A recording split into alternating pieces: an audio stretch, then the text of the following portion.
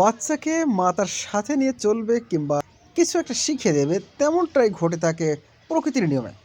আমরা সেটাই ক্যামেরাবন্দি করার চেষ্টা করেছি। যশোরে এটাকে বেজি নামে পরিচিত। বেজি এবং বেজির বাচ্চা একসাথে ঘুরে বেড়াচ্ছে খাবারের অনুসন্ধানে। ঠিক একই সামনে আপনার চারপাশের ক্যামেরায় ধরা পড়েছে তাদের নির্ধারিত যে খাবারের অনুসন্ধানকে এটা আমরা তুলে ধরার চেষ্টা করছি আপনাদের। দর্শক, সাথে রয়েছি আপনার চারপাশের টিম সহ আমি সকলেই একসাথে আমরা কাজের জন্য যাচ্ছিলাম। হঠাৎ করে দেখি একটা বেজি এবং বেজির ছানা যেটা তার সাথে খাবারের অনুসন্ধানে মার শিক্ষাচ্ছেন আর কি। তো দর্শক, আপনি এর আগে কতদিন আগে বেজি দেখেছেন এ বিষয়ে আপনি অবশ্যই আমাদের কমেন্টে জানাবেন। আর এই ঘটনাটি ঘটেছে যশোর শহরের যশোর রেল স্টেশন জংশনের একেবারে পূর্ব পাশে।